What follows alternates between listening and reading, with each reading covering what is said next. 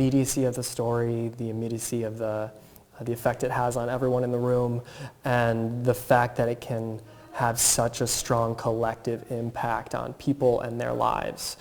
And really those conversations don't just stop in that room.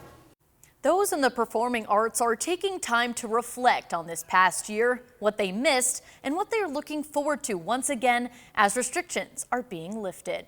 When the pandemic shut down the world last March, our lives changed in an instant. One of the industries who felt the impact immediately was, of course, the performing arts. Performers, directors, producers, and everyone in between faced new challenges, but found a way to persevere. Now, as live theater is making its comeback, we are taking a look back as they prepare to push forward, because, as the saying goes, the show must go on.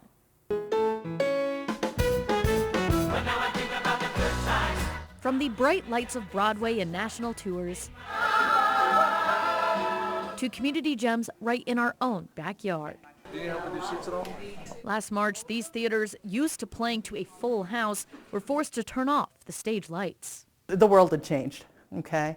We weren't sure when we were going to be able to perform again. We had shows on stages in several cities. I mean, trucks unloaded, audiences ready to come. In fact, engagements already started. So the first thing we had to do was deal with that. Entertainment or service industry, totally dependent upon what happens in these seats here. So we were taken aback, and we tried to shake off the punch. Part of our lifeblood is being able to tell stories. So we just said, what are we going to do? I have yet to have talked to an artist where they've felt like they've lost hope. And we've all been collectively like, okay, this is what we're going to do now. Here's the what if. Here's the different ways we're going to bring stories to our audience. It seemed pretty quick. We tried to make a transition to a digital platform, servicing the community, but in a new way, and using technology and using the internet, to entertain people. We're tiny little people blowing by in the air. For many, performing virtually was uncharted territory. Theaters had to get new equipment and editing software, while actors and directors had to become more innovative in the way they shared their performances with a web audience. We would actually rehearse on our own. We would call each other on Zoom and record ourselves exchanging our dialogue, so that we knew how the other would respond when we both filmed separately. I'm the mayor.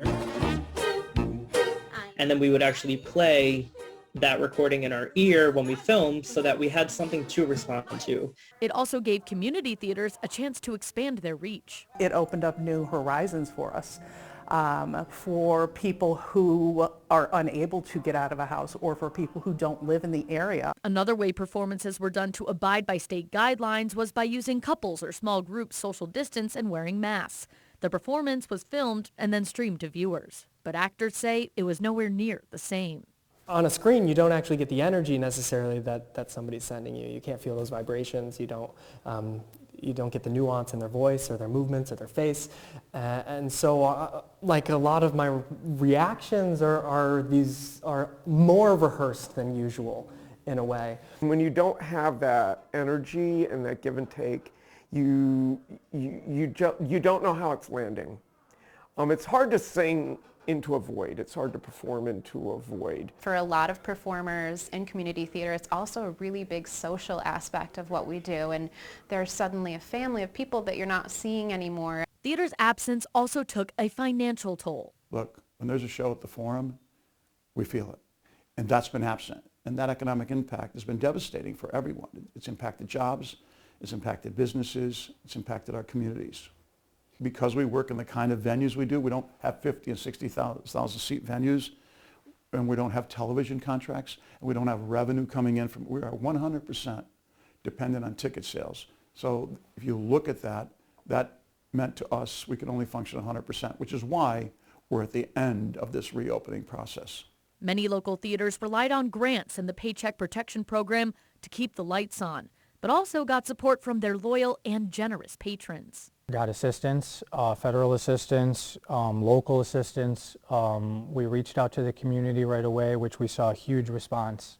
Wasted away again. But live theater with audience members is making its comeback on the national level. Gearing up to get ready to go out on the road in September.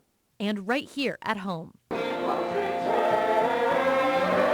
EPAC just had their first audience members back, and SRO Productions presents Hunk in June. Ticked off so many boxes for a way to come back, not the least of which was it gave us a chance to mask the performers but still allow the audience to see the faces of the puppets.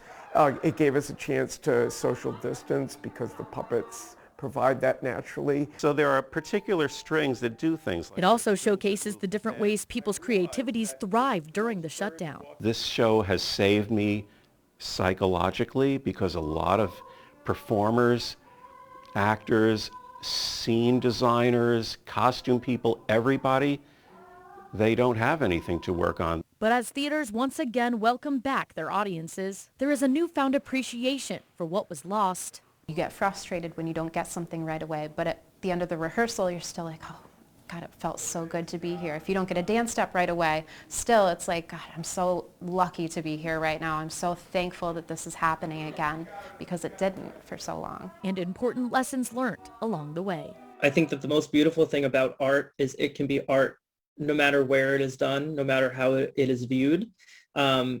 Actors are adaptable. Art is adaptable. All of the theaters that I spoke with say much of their guidance in terms of capacity limits, mask wearing, vaccination status are all subject to change as we face what is hopefully the end of this pandemic. So before you grab your playbill and catch your next performance, make sure and check in with each separate venue. Now tonight at 11, we continue our conversation about the arts, specifically looking at the emotional toll its absence had on those both on and off the stage.